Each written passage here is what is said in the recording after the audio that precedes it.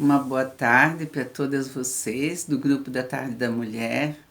Nós estamos aqui de novo por vídeo para nos encontrar com aquelas que não estão vindo ainda presencial. E a gente se alegra muito que tenha já um número bom vindo presencialmente. E agradecemos a Deus também pela coragem, pela confiança de cada uma. E aquelas que não podem vir, então a gente também continua aqui uma vez por mês fazendo o nosso videozinho, né? E há exatamente 2 anos e meio atrás, 1 ano e meio, né? Atrás, a gente convidou cada uma para tomar um café, né? Assim, pelo vídeo. Eu lembro do primeiro vídeo que a gente fez, né? E cada uma, então, era para tomar um café e acompanhar a nossa reunião pelo vídeo, né?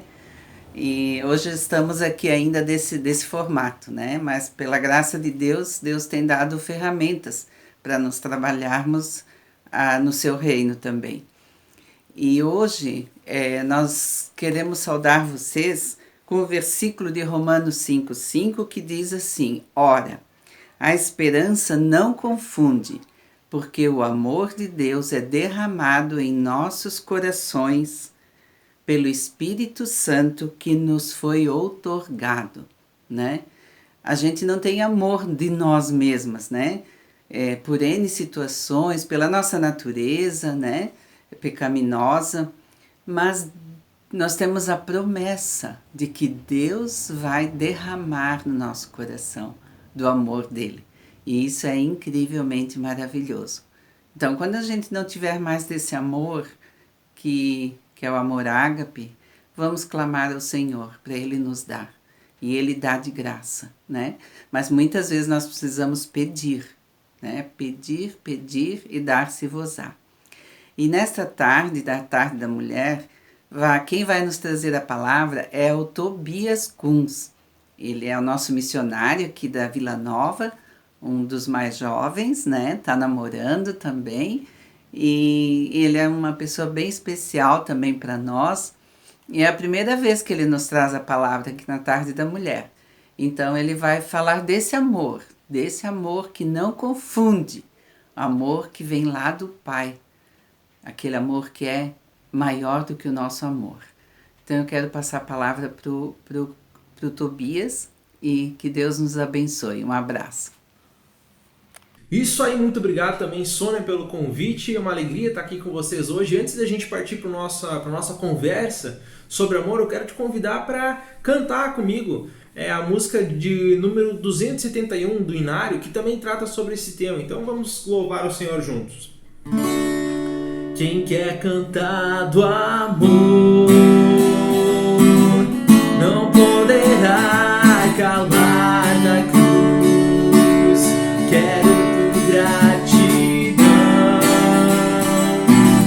dobrar-me diante de Jesus, pois pertencer à cruz é sobre si tomá-la e não sem vergonha de aqui testemunhá-la. Quem quer cantar do amor não poderá calar da cruz. Jesus morreu por mim e agora eu lhe pertenço sim. E mesmo que o mundo por isso me despreze, eu falo de Jesus e que seu fardo é leve. Quem quer falar do amor não poderá calar da cruz, seguindo os passos seus. Eu testemunho o amor de Deus, que o meu falar é vida, em harmonia estejam, que todos o amor na minha vida vejam.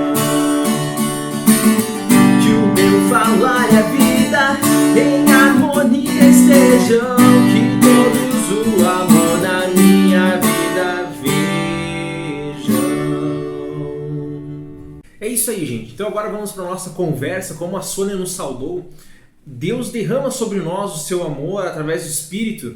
Então esse amor não vem de nós e ele tem que ser a nossa marca. Lá em João, no capítulo 13, versículo 35, Jesus vai dizer para os seus discípulos que eles serão conhecidos pelo amor. Então, não é à toa isso que a gente cantou no começo. Que o meu falar e a vida em harmonia estejam, que todos o amor na minha vida vejam. O amor tem que ser a nossa marca, tem que ser a marca do cristão, por meio do amor que os cristãos devem ser conhecidos e reconhecidos. Eu não pretendo hoje esgotar o tema do amor, até porque não haveria tempo para falar tanta coisa, porque o amor é um tema muito amplo, mas eu pretendo hoje, pelo menos, falar sobre um primeiro passo, por assim dizer, do amor. Que primeiro passo que a gente pode dar para amar as outras pessoas que Deus espera da gente, né? Eu percebi em mim e em grupos que eu lidero e participo na Melk, que a gente tem uma séria dificuldade com o amor. A gente tem pessoas na nossa comunidade que se sentem sozinhas, que se sentem como se ninguém se importasse com elas. Talvez você já tenha se sentido dessa maneira também.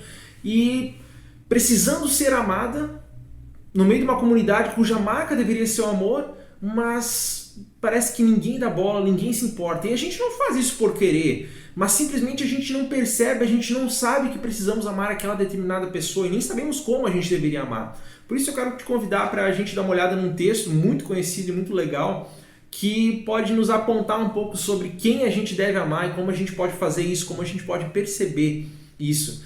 Convido você para abrir a sua Bíblia lá em Lucas capítulo 10, onde nós temos a parábola do bom samaritano.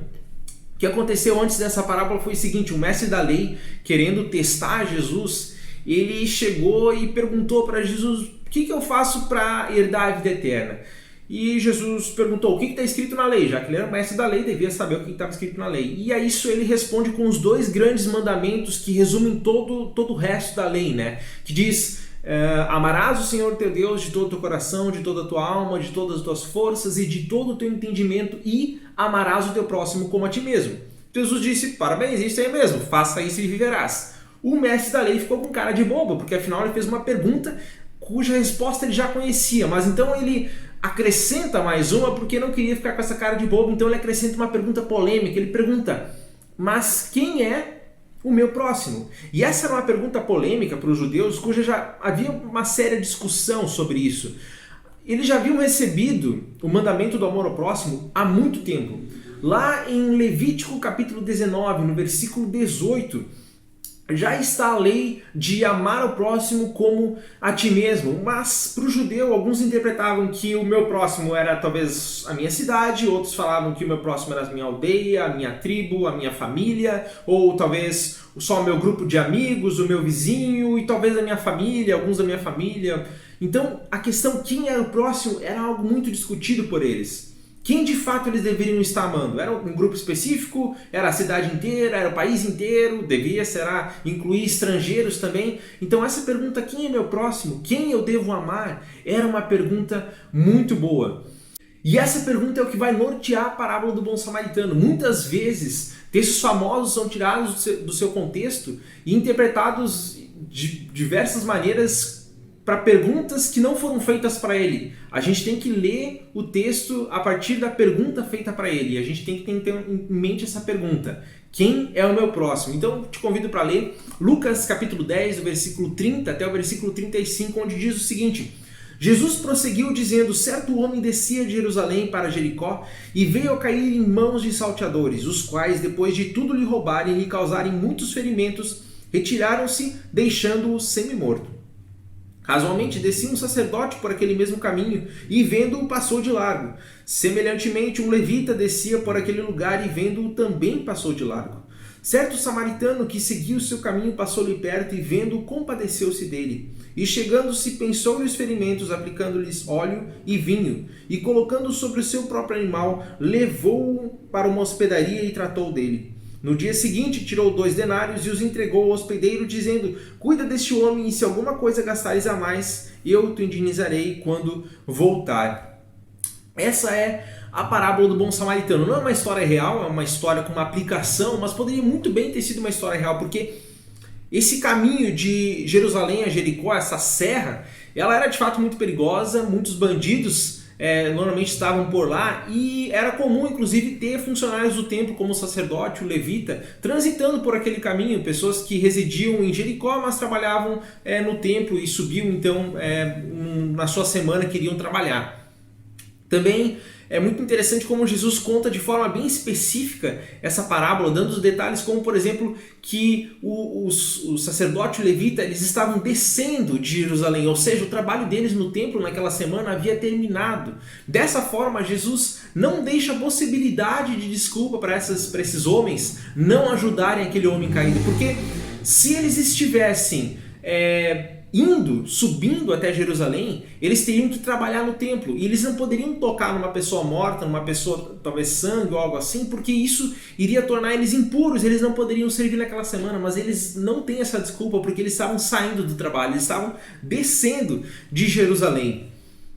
E justamente quem então vai aparecer para salvar o homem caído vai ser um samaritano, um povo odiado, um povo que os judeus desprezavam. E provavelmente o mestre da lei que estava ouvindo essa parábola, ele estava pensando, a terceira pessoa que vai ser o herói vai ser o mestre da lei, vai ser uma pessoa da mesma classe que eu, mas não, um samaritano. Isso deve ter com certeza surpreendido pelo menos o mestre da lei, que é um herói muito improvável.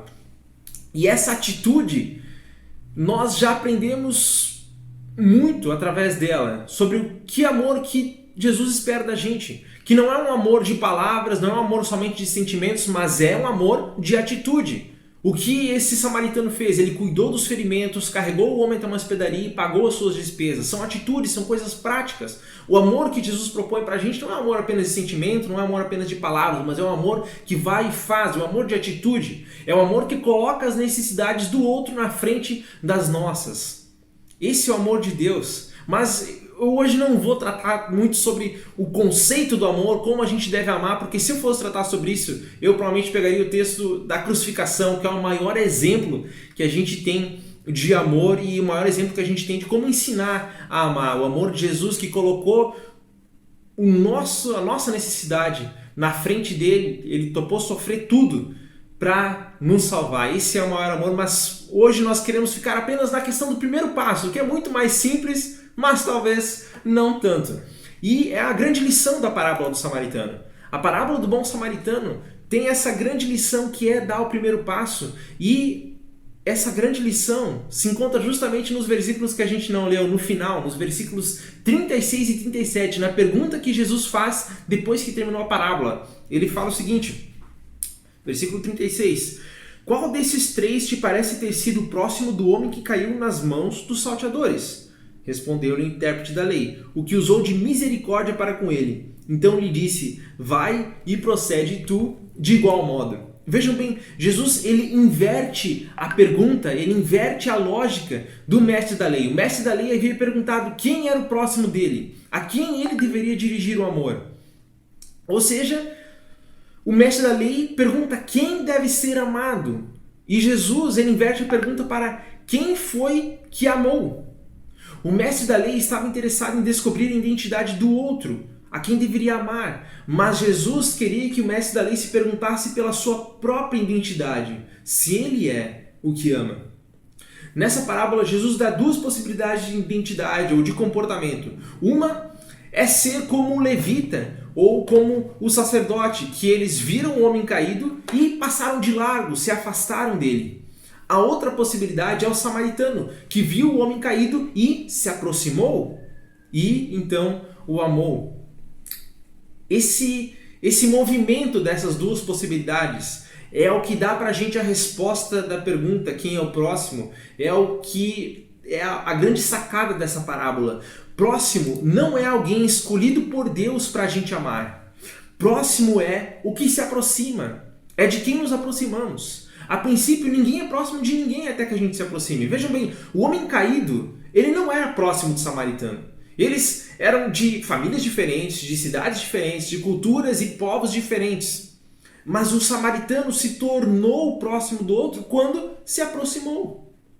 Nós fomos próximos de Jesus. Não porque a gente tem alguma proximidade com ele, de parentesco ou de morar perto ou algo assim. Não. Jesus, ele se aproximou de nós. Ele veio ao mundo para nos salvar.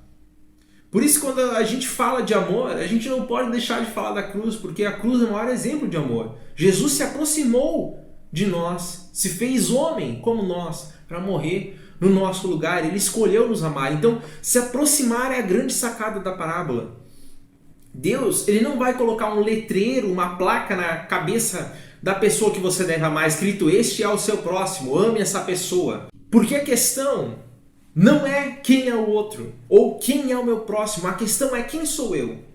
Se eu for como o mestre da lei, como, aliás, o levita e o sacerdote, que se afastam, tanto faz, mesmo se Deus colocasse uma placa na cabeça da pessoa dizendo que a gente deve amar aquela pessoa, nós não iríamos nos aproximar, nós não iríamos amar. Mas se a gente é como o samaritano, que se aproxima do outro, a gente entende que todo mundo, cada pessoa nesse planeta pode ser o nosso próximo. Basta a gente se aproximar dessa pessoa para que ela seja o nosso próximo. Então, o desafio que Jesus lança através dessa parábola é de nos aproximarmos das pessoas. Em alguns casos, vai ser bem evidente como a pessoa precisa ser amada. Por exemplo, aquele homem caído no chão, só de olhar para ele, dava para saber que ele precisava de uma ajuda médica, ele precisava de alguém que cuidasse dele. Mas a maioria dos casos, nós não percebemos como nós devemos amar a pessoa até que a gente se aproxime delas.